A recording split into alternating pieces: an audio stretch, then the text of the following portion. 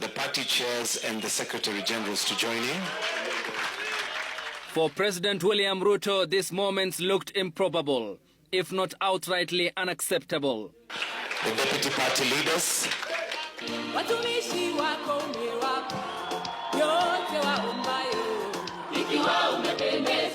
Dr. Ruto, a presidential candidate in 2022, led a crusade against the Uhuru Raila handshake, taking his utter dissatisfaction to Chatham House in the UK, promising a stoppage to what he termed as handshake politics that led to the birth of a mongrel. The result which you see today in Kenya, there is no government and there is no opposition. Today in Kenya, you have a mongrel of a governance system. You don't know whether it is the government that is in the opposition or the opposition is the one that is in government. It is a stance he maintained when he ascended to the presidency.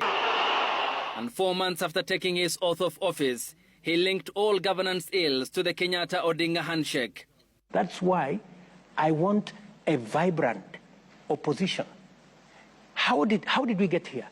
We got here because of the handshake nonsense. We got here because you get the opposition, which is supposed to hold the government to account, into some illegal, cohabitation, or whatever it was called, in the name of unity. What unity? Who says by having an opposition, we are not united? Abroad, President William Ruto's script sounded similar, rolling out an engagement with Odinga and the ODM party, who led countrywide demonstrations over the rising cost of living. The handshake that brings the opposition and government into some conundrum and a mongrel and an outfit that is undemocratic, unconstitutional, and illegal. Raila Odinga, a veteran of handshakes, familiar with the formula, is starting after the second multi-party election with President Daniel Toroitich Arap Moi, his National Development Party merging with KANU, Odinga a beneficiary, becoming the Secretary General of the new KANU.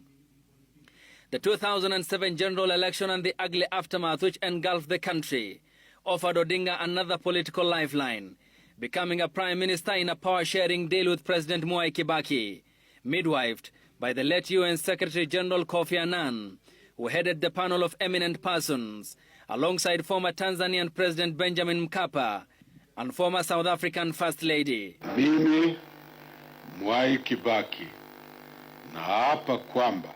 The contested election outcome setting the stage for a new arrangement with the late former President Mwai Kibaki. Then came the Harambee House moment and another handshake, this time with Uhuru Kenyatta. By all measure unexpected, the two embarking on a political journey into 2022, Odinga, then Kenyatta's candidate, losing out to Ruto, a Kenyatta 4. Just as the culture of the handshake political seemed to be on the wane, these photos from the Kisozi farm of Ugandan President Yoweri Kaguta Museveni signaled another moment for Odinga, and this time with Ruto.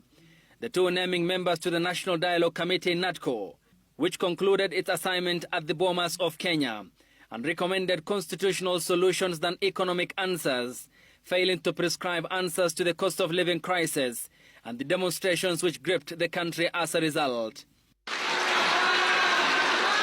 The president, in person leading Odinga's African Union bid, sanctioning government support for the former prime minister in a campaign that ended with a fall to Djibouti's Mahmoud Ali Yusuf. And so 2 days before the 7th anniversary of the March 9th, 2018 anniversary of the Uhuru Raila handshake, these once sworn political enemies appended their signatures. They qualified their union as an antidote to Kenya's socio-economic and political challenges. Odinga, the constant factor in the equation, and President William Ruto, like his predecessors, the variable. Questions, however, abound on how this will extricate the country from the outlined challenges when similar political marriages haven't in the past. Ayub Abdikadir, Citizen TV.